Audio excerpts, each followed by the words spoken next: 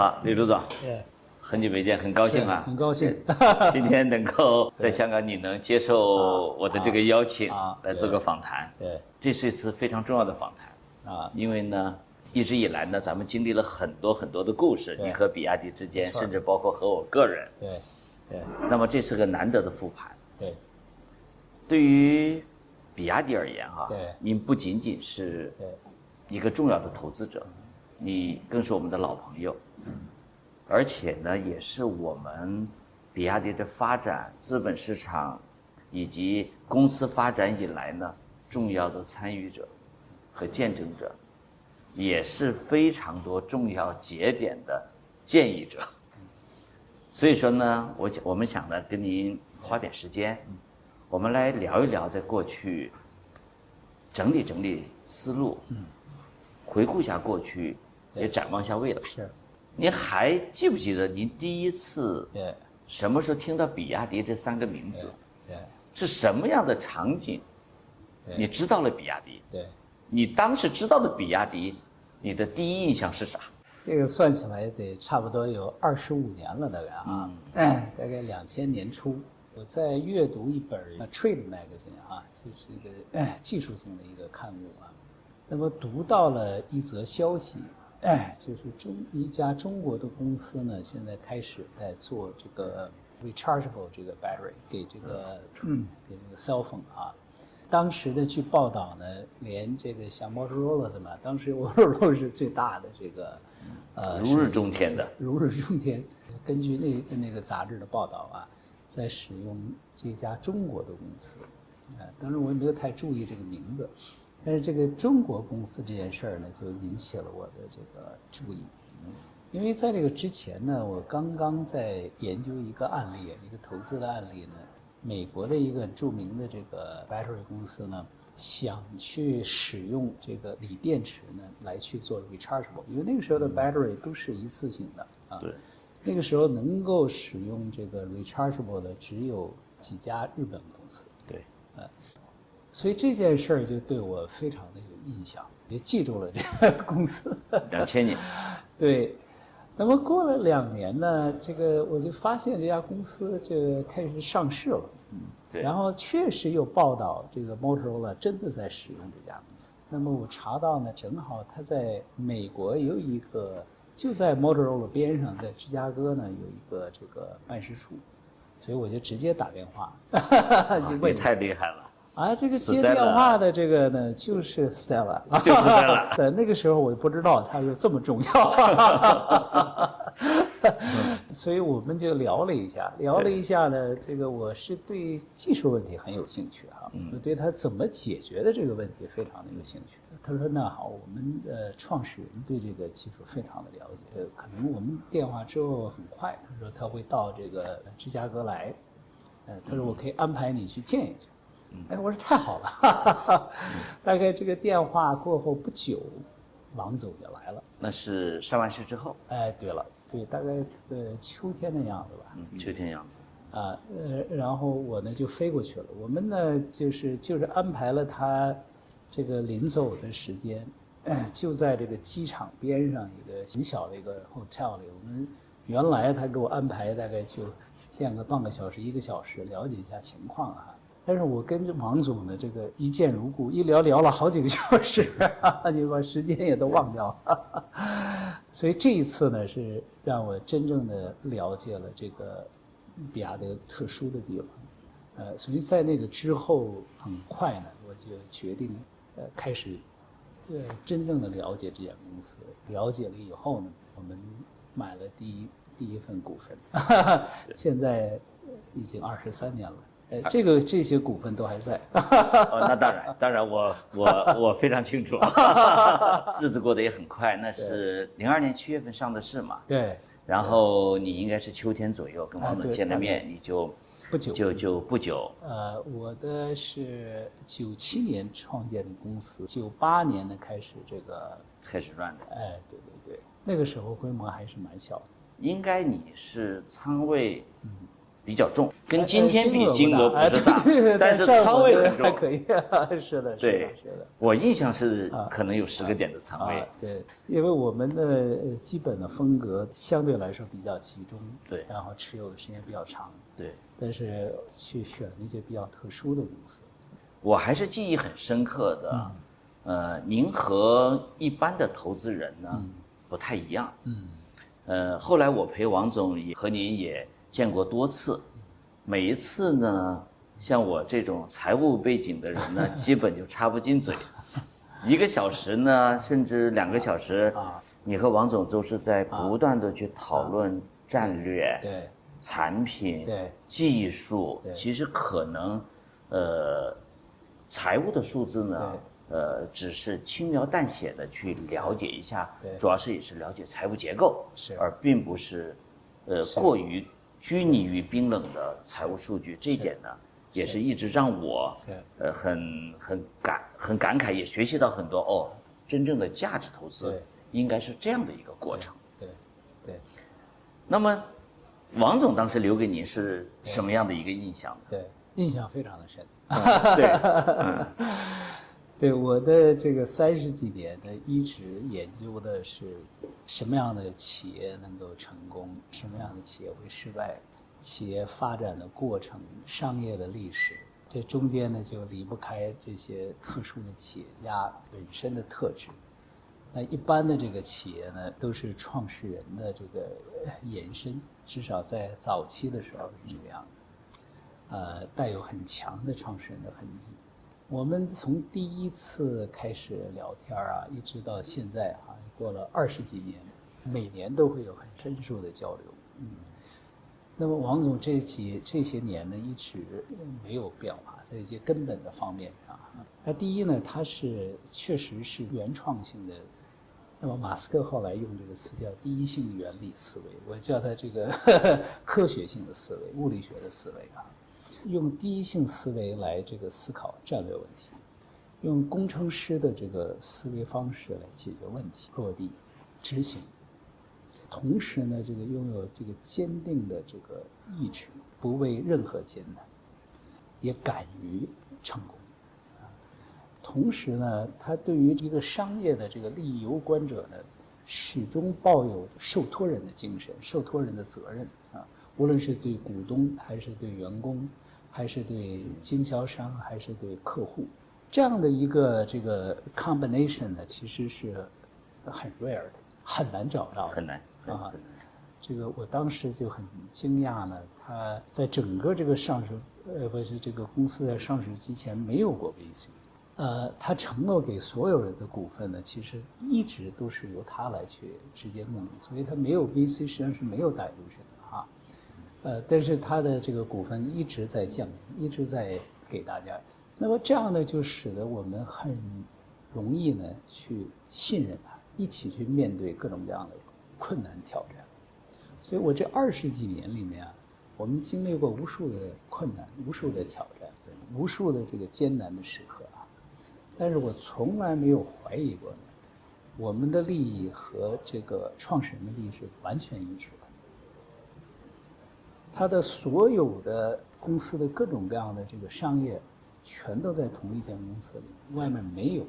那么在分红之前，他除了这个基本的工资之外，也没有别的收入，他全副的精力，所有公司的这个各 IP，他全部的创意都在同一个地方。我们和王总的利益呢，永远在一边，永远在一起。所以这样的一个这个结合真的是一个非常了不起的结合。用第一性的思维来思考战略问题，用工程师的思维来解决实际的问题，坚韧不拔，永不言败，直到成功。有受托人的精神和责任的，让所有的人信任你，愿意跟你一起去走过千山万水，直到成功。所以这种企业家呢，是在任何一个时代都是凤毛麟角。一旦发现了之后，要值得终身的珍惜，一定要抓住他，一定要就是他了，对吧？是的，我也很感慨哈，就说王总呢，在比亚迪眼中，或者在我李琦的眼中，一定是神一样存在的，一个也是我这一辈子能够给我个人创造人生价值的这么一个贵人、领路人。对。但是我也很感慨，对，其实那个时候王总才36岁，对，你也是36岁，我们两个同年，你俩同年的，差2个月，都是36岁。对。刚才你提到了，其实商业的本质，说明了王总就他已经看透了。比如关于分享，他一直以来对于整个团队的激励和利益分配，他是非常非常的大度，和公平。对，而且呢是有长期考量，是因为我在他身边这个岗位，我一定是知道王总的这个长期考量在哪里。对于上下游的各种利益关系，他非常清楚，他的责任和担当。其次呢，他又有韧劲儿和又有这种工程师的这种钻研的能力和打不垮的精神。所以这是比亚迪的内核。这也是比亚迪第一次见到他，就强烈的感受到前面的几种特质。后面呢，他的意志、决心、抗压的能力啊，还有他的受托人精神，是在后面慢慢的感受的越来越深，而且越来越强化。但是他的第一性原理的思维方式，他用工程师的这个方式解决问题的能力啊。这我们在第一次见面的时候，几个小时长谈，我就感触非常的深刻。这一点，从始至终都是这个样。都是这样。对，王总的这个性格就是永不满足。是。这个时候，您可能02年7月份上市的时候，我们只是做 rechargeable battery， 没错，而且是个小公司，但是是个很有特点的公司。对，而且王总是个有特点的企业家。对。但是03年，一开年。王总就给资本市场炸了一个大雷。王总要进军汽车产业，收购秦川汽车，股价暴跌。我们比亚迪和资本市场的关系当天就进入到了冰点。您当时已经是投资人了。您的第一反应是什么？我没什么特别的反应，因为用第一性原理思考的人呢，他的商业是没有边界的。就它的边界就是不违反科学的原理，不违反物理学的基本原则，都可以做。而落地的时候是要用工程师思维，所以我的这个最关心的问题是怎么做到这点。这个生意是不是很好的生意？它的基本的想法。那这个我们就不断的去交流，不断的去学哈。这个行业本身是一个巨大的行业，这是毫无疑问的。那么中国公司有很多的优势，这也是毫无疑问的。那这个是一个特别困难的这个商业，而且是一个著名的坟场啊，著名的坟场，对，掩埋了无数的先烈。对，当时其实中国很多公司都要进军汽车，最后都埋下去了。这个秦川啊，波导收购的秦川，秦川它就倒了嘛，对，这是我的基本的反应。因为这个我是想了解更多的怎么把它做好，有什么不同的方式去做。那么王总其实做这个收购秦川的公司呢，要做汽车，但是从一开始实际上他是已经考虑到了这个电池啊本身的发展，将来是有可能支撑更大的动力。锂电池的发展本身已经开始出现了这个曲线。这个曲线呢是可以最后导致它能够便宜和有足够的动力去支撑一个很大的这个载体，就是汽车啊，这就是第一性思维的使然啊。但是这个过程要落地啊，是一个很漫长，需要工程师的思维去一点点把它做起来。那么他的想法呢是先把传统车做会做通。这个，然后呢，在时机成熟的时候，把电池成熟的时候再叠加上去，来触动这个变化。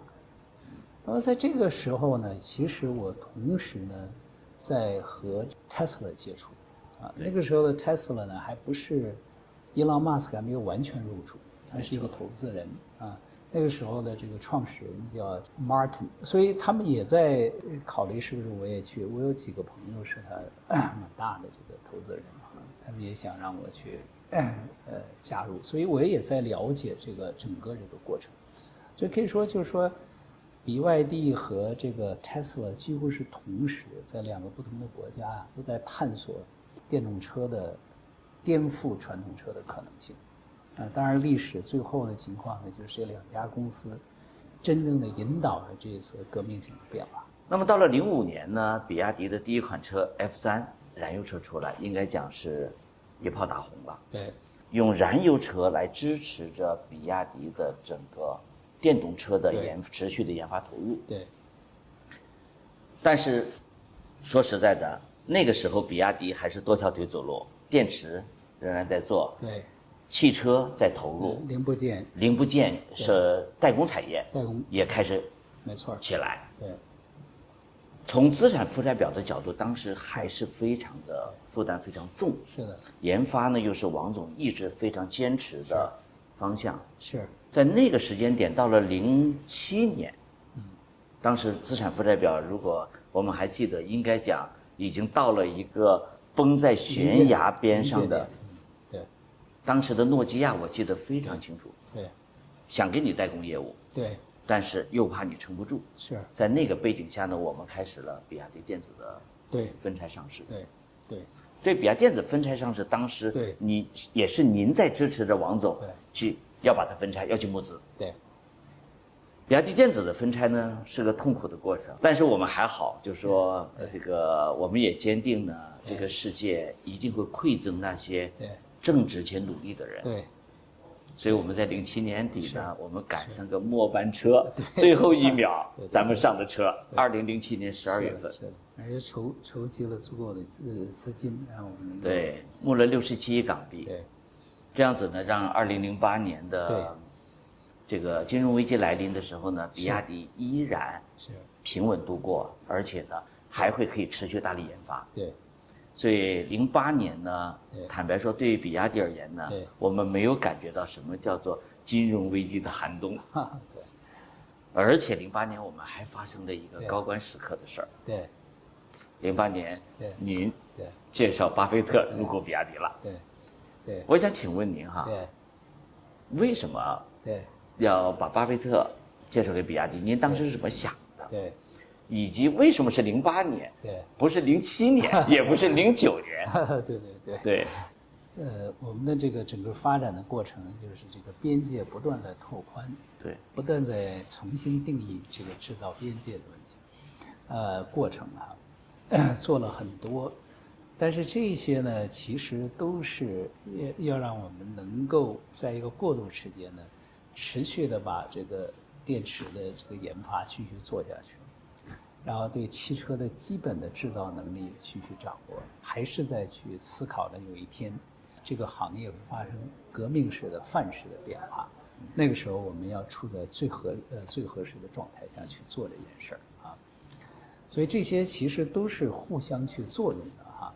到了这个08年、09年金融危机的时候啊，我们其实处的位置呢还可以啊。还不错，但是整个这个世界经济啊，从美国的视角看呢，确实是面临着这个崩溃的这样的可能性啊。包括其实我们的股价，所有公司的股价，整个中国市场的股价啊，我们确实处在相对蛮好的位置。那我一直还是希望啊，在整个中国发展的过程中，尤其是像比亚迪这样特殊的发展过程中，我们要真正的去走出一条前人没有走过的真正的一条了不起的大路啊，我们还是要有一些特殊的能量的输入。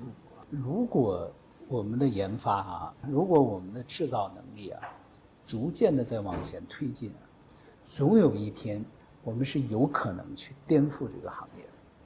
我们要真正做到这一点呢，我们需要很多很多的加持。一个很重要的加持，不仅是资本的加持，还是我们声誉的加持。因为这些年呢，我已经比较有信心了，对于这个王总还有公司还有我们未来的发展各个方面的建立起越来越强的信心。这个跟股价没有什么关系啊，这对公司本身的价值创造是完全相关的哈。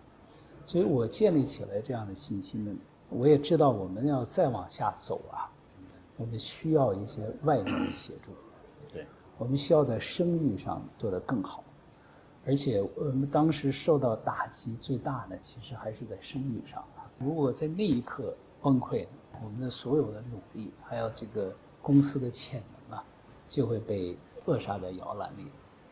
但是公司本身这个时候的发展已经完全具备了成为革命者的全部的胚胎，颠覆者的全部的胚胎，所以它的外界的压力，还有我们整个市场的 perception 啊，让这个股价呢和我们实际的能力形成了一个巨大的落差。所以这个时候呢，也为投资者带来了一次非常好的机会。所以这个时候引入我信任、尊重的投资者，就在价值上成为可能。那么因为这些年呢，我和芒格先生从03年、04年结成了这个投资合伙人的关系啊，从此芒格先生成了我这个终身的这个良师益友，又是商业上的合伙人。通过我的基金呢，其实芒格家族已经在那个时候拥有比亚迪至少4年了。那在这个过程中，我也一直在介绍比亚迪这家公司，它的梦想，它的能力，它不断拓展的边际，它将来面临的机遇，那么当时面临的状况啊，它的内在价值还有股价呢，还有其他的压力啊，就这些都形成一个共性。就在08年的时候，公司也需要这样的声誉的加持。这个时候加持呢，又是一个投资比亚迪一个非常好的时机，价格和价值呢形成一个巨大的落差，所以这个是一个共赢的事情。所以就在08年、09年的时候，我开始去推动这件事情。那么当然我们也非常幸运啊，这件事情后来呢成为可能啊，让我们这个公司呢在比较短的时间获得了这个全世界的关注啊。当它真正的具备了成为颠覆者的时候，它已经具备了这样的声誉。这个声誉呢，又和让我们的这个自身的这个能力啊，这个自身的能力在这不断的到了节点的时候，就出现了一次巨大的爆发。对啊，这也使得公司上了一个了不起的台阶。这个就是一个共赢的事情啊。对于 Porsche 是一个共赢的事情，对于比亚迪是一个共赢的事情，对中国的资本市场也是一个共赢的事情，就是让世界第一次了解到，在中国正在发生的神奇性的、革命性的、技术性的变化。这是一个特别奇妙的旅行，对我来讲。是的，因为一开始说巴菲特投比亚迪的时候，对当你把这个消息对传到我们这儿来的时候，其实从我个人内心里面觉得大家不太信这怎么可能？这怎么可能？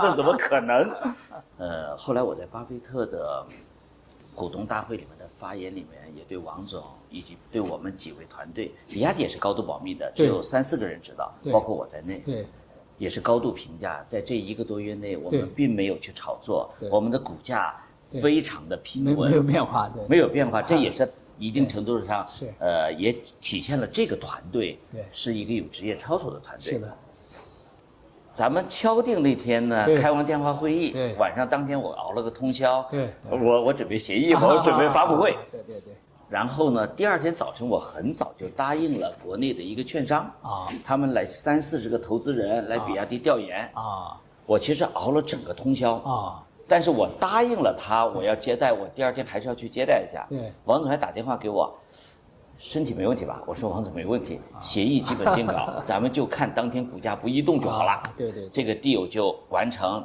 然后呢，我呢认真的接待，对，我接待完了这半个小时呢，他们要去参观工厂，对，我就对他们说，哦，对不起哈，我的同事陪您去工厂，我还有一件重要的事情要处理。对。